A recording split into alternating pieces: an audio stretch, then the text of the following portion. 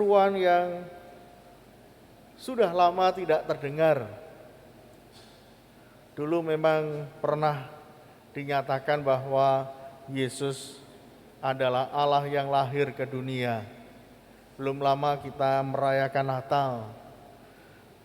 Dan lewat Natal, Allah menyatakan bahwa Yesus adalah Putra Allah yang turun ke dunia. Kabar tentang kelahiran disampaikan kepada para gembala.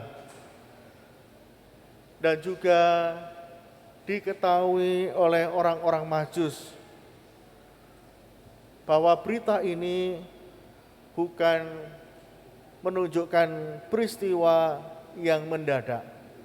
Kelahiran Yesus bukan peristiwa yang tiba-tiba, yang mendadak. Dengan kedatangan orang Majus, kabar kelahiran Tuhan rupanya sudah jauh-jauh hari direncanakan oleh Allah. Dan itu dinubuatkan oleh Nabi Daniel 2000 tahun lebih sebelum kelahiran Yesus. Daniel sudah bernubuat. Dan setelah peristiwa Natal, rasanya berita tentang Yesus lenyap. Tidak ada kabarnya. Baru kemudian 30 tahun atau 33 tahun muncullah Yesus. Mungkin orang sudah lupa bahwa dulu pernah ada berita yang menyatakan Yesus adalah Putra Allah. Orang sudah lupa. Dan yang memunculkan berita itu kembali adalah Yohanes Pembaptis. Yohanes tampil dan mewartakan kembali bahwa Yesus ini adalah Putra Allah. Ibu, bapak, saudara-saudari, kehadiran Yesus di padang gurun di Sungai Yordan juga menjadi hal yang menarik.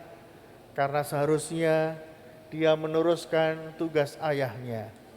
Yohanes Pembaptis keturunan Lewi. Dia anak Zakaria, Imam Agung. Harusnya bertugas di bait Allah. Dia bisa melanjutkan tugas pekerjaan ayahnya. Namun Yohanes memilih jalan lain. Dia mengasingkan diri ke padang gurun untuk bertapa, berdoa, mendengarkan suara Allah, dan akhirnya menjadi perpanjangan mulut Allah untuk mewartakan kehadiran Allah di dunia lewat Tuhan Yesus. Ibu, bapak, saudara-saudari, pada akhirnya orang ingat kembali. Dan Yohanes berperan penting di sini. Mulai dari peristiwa pembaptisan ini, lalu orang pelan-pelan diingatkan dengan peristiwa yang dilakukan oleh Tuhan Yesus. Banyak hal-hal yang membuat orang heran. Pengajarannya luar biasa, mujizatnya banyak. Pada akhirnya Yesus mulai diakui kembali. Ibu, bapak, saudara-saudari, peran kenabian seperti Yohanes Pembaptis mungkin di zaman ini sulit untuk dicari. Orang yang dengan gencar mewartakan bahwa Yesus adalah Putra Allah, mengajak orang bertobat. Mungkin tidak ada orang yang berseru-seru seperti itu. Mungkin tidak ada orang yang berani seperti itu. Di tengah masyarakat, di tempat umum, di tempat publik, tidak ada. Namun hal-hal yang dilakukan yang menyerupai apa yang dilakukan Yohanes Pembaptis sebenarnya sudah ada. Bibit-bibitnya sudah ada. Memang tidak sekencang Yohanes Pembaptis. Tapi orang-orang yang membawa saudara-saudaranya untuk bertobat, untuk kembali melihat Allah adalah orang-orang yang masih ada sampai sekarang ini. Bahkan di tengah-tengah kita, di paroki kita, bahkan di tengah keluarga kita. Ibu, bapak, saudara-saudari, Yohanes Pembaptis adalah orang yang menyadarkan bahwa Allah hadir lewat diri Yesus.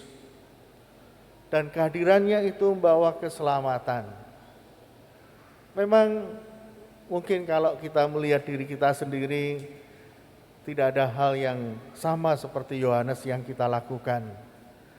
Tapi kalau saya mendengarkan cerita-cerita apa yang dilakukan oleh para ketua lingkungan, para ketua wilayah, yang memperhatikan orang-orang yang sudah lanjut usia, memperhatikan orang-orang yang sakit. Mungkin mereka sudah putus asa, mungkin mereka sudah bosan dengan sakitnya yang lama, menunggu kesembuhan kok tidak sembuh-sembuh. Lalu datanglah ketua lingkungan untuk memberikan penghiburan, untuk mendoakan. Bukan hanya ketua lingkungan, tapi ada warga lingkungan, mungkin juga ada kelompok-kelompok. Kalau dulu ada Legio Maria, ada SSW yang rutin untuk berkunjung pada mereka yang sakit, mereka yang sudah lama tidak ke gereja, diajak kembali. Nah, ini adalah pewartaan Yohanes. Ibu, bapak, saudara-saudari, saya juga melihat peran asisten imam di lingkungan-lingkungan yang dengan setia melayani saudara-saudari kita yang sakit, yang membutuhkan komuni. Banyak asisten yang rajin setiap minggu mengirim komuni. Bahkan untuk waktu bagi keluarganya pun seringkali dinomor 2-kan. Harus mengirim komuni dulu, baru kemudian pergi atau mengadakan acara bersama keluarga. Ada pula orang-orang yang menyadarkan kembali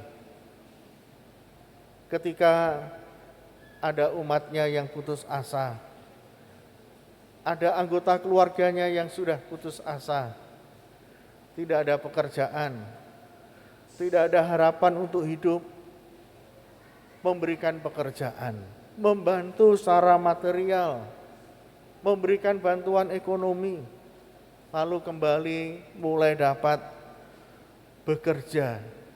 Meskipun mungkin pekerjaannya tidak sama dengan pekerjaan yang dulu. Tapi hal-hal ini meneguhkan saudara-saudara kita yang memang butuh peneguhan. Nah, inilah Yohanes Pembaptis zaman sekarang ini. Ada keluarga-keluarga yang peduli dengan keluarga yang membutuhkan, yang ekonominya mungkin masih lemah. Di Jawa Tengah dibentuk kelompok-kelompok, ada dasawisma, ada 5 atau 10 keluarga yang memperhatikan umat yang tidak bisa makan, entah mereka hidup sendiri atau hidup bersama dengan keluarga, tapi untuk makan masih kesulitan. Nah, mereka mengulurkan tangan, memberikan bantuan makanan, entah sehari sekali, atau seminggu 2 kali, 3 kali.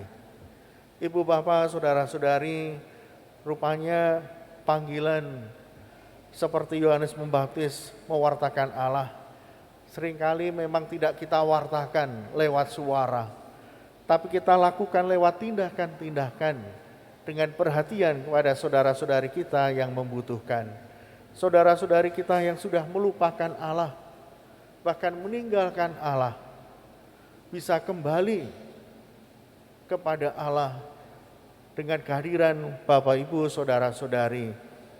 Maka kita pantas bersyukur atas apa yang masih dilakukan oleh saudara-saudari kita. Dan puji Tuhan, Bapak Ibu juga melakukannya. Mungkin dalam bentuk yang lain yang tidak saya sebutkan. Ada perhatian-perhatian yang lain, ada cara-cara yang lain. Ada yang membagi nasi bungkus, ada yang membagi sembako dengan sekuat tenaga, meskipun bukan orang yang berkelimpahan.